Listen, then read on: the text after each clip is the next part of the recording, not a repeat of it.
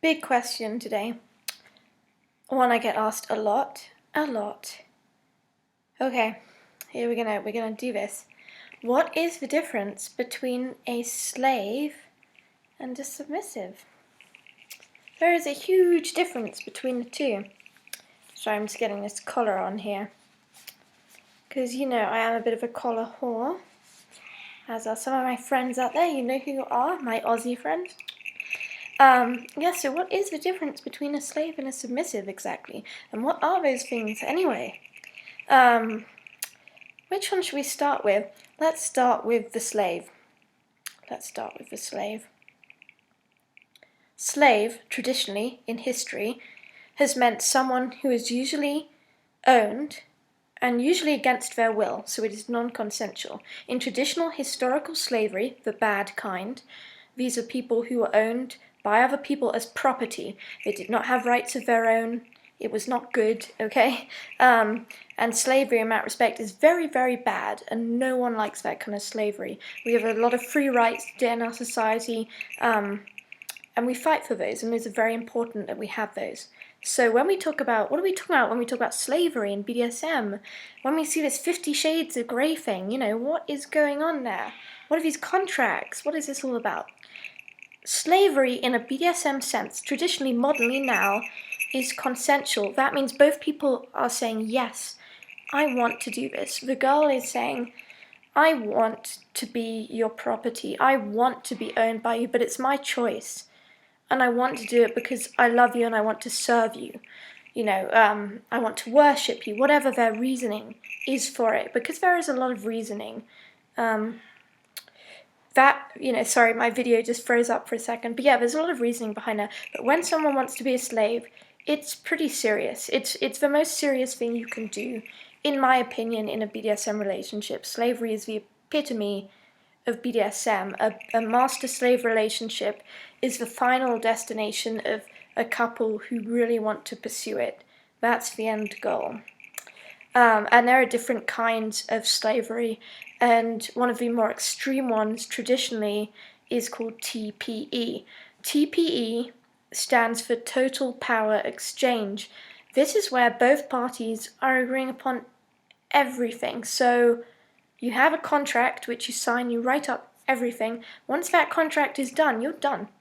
You are done. Your rights, everything, you've agreed upon it, you've signed it when the contracts. You better damn well make sure that in that contract you've got a clause, you've got an out, you've sorted everything out, all your hard limits, everything you don't like has to be clearly stated in your contract. It's so important, people.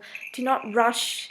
I see so many young girls rushing into these BDSM relationships because of 50 Shades of Grey and stuff, and I'm like, do your homework, look it up online, be safe, be happy, because that's the end goals. We're only doing this because we want to be happy, The whole thing, let's face it, we want to have fun, and we want to have a fulfilling life, and maybe we find fulfillment through servitude, through serving others, through giving our best to other people to help them be better, is sometimes very fulfilling.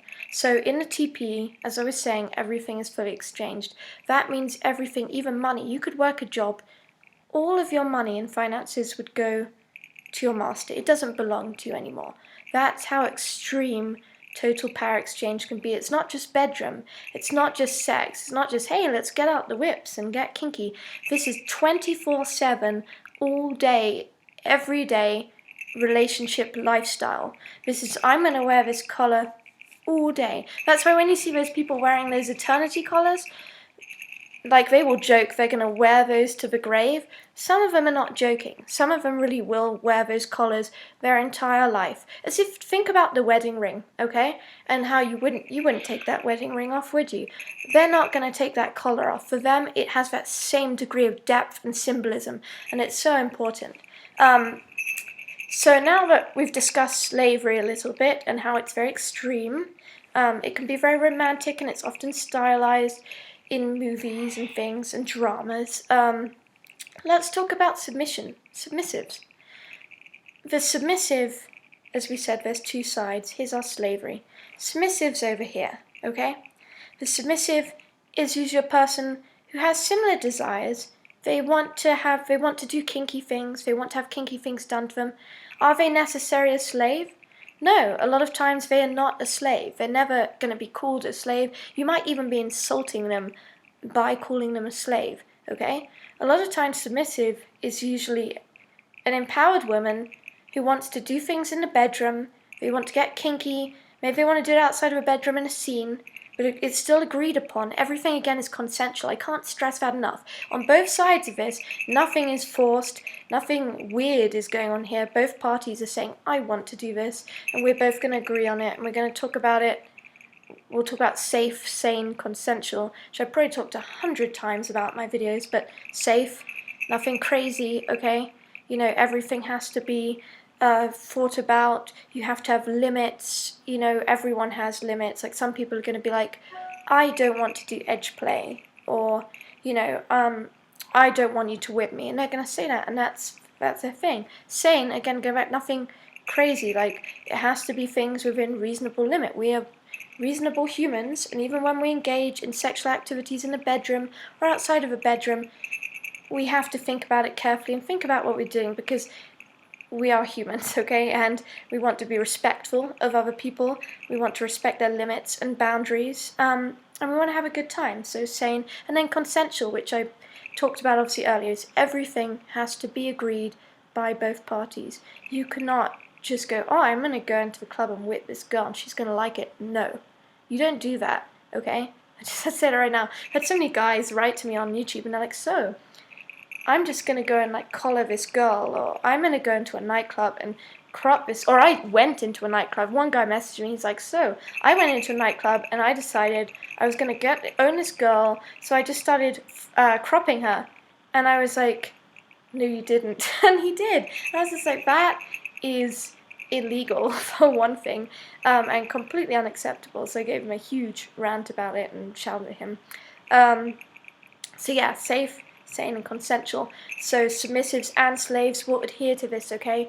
And you will hear about people pushing limits, which is something that a dominant will do, and you only do it with someone you trust and respect. And in both sides, whether you're a slave or a submissive, you have to trust and respect your dominant or your master. And usually if it's a submissive, they'll have a dominant, and if it is a slave, they will have a master. But you will hear both interchanged on either side, which makes it kind of confusing.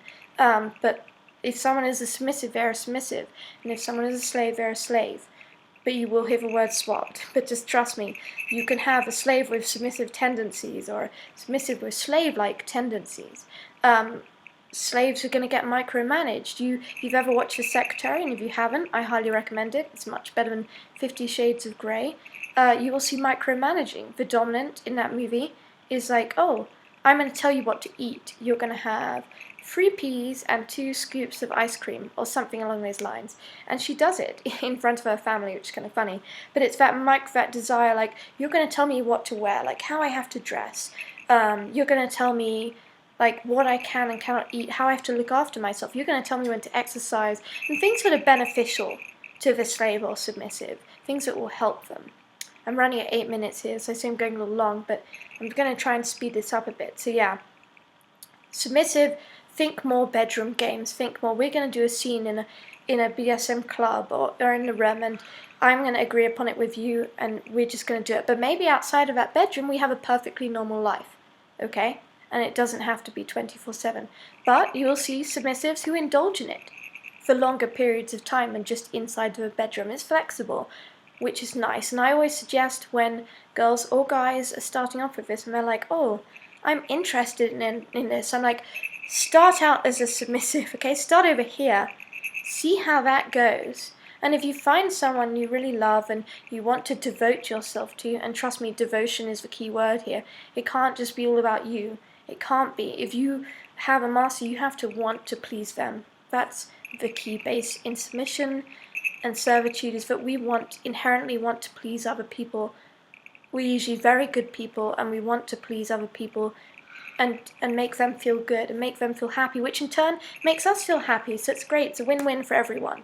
So yes, that, my friends, is the difference between slavery and submissives. And I'm going to put some links below here because, trust me, there is a lot of literature, but you can read about this, and I suggest you do.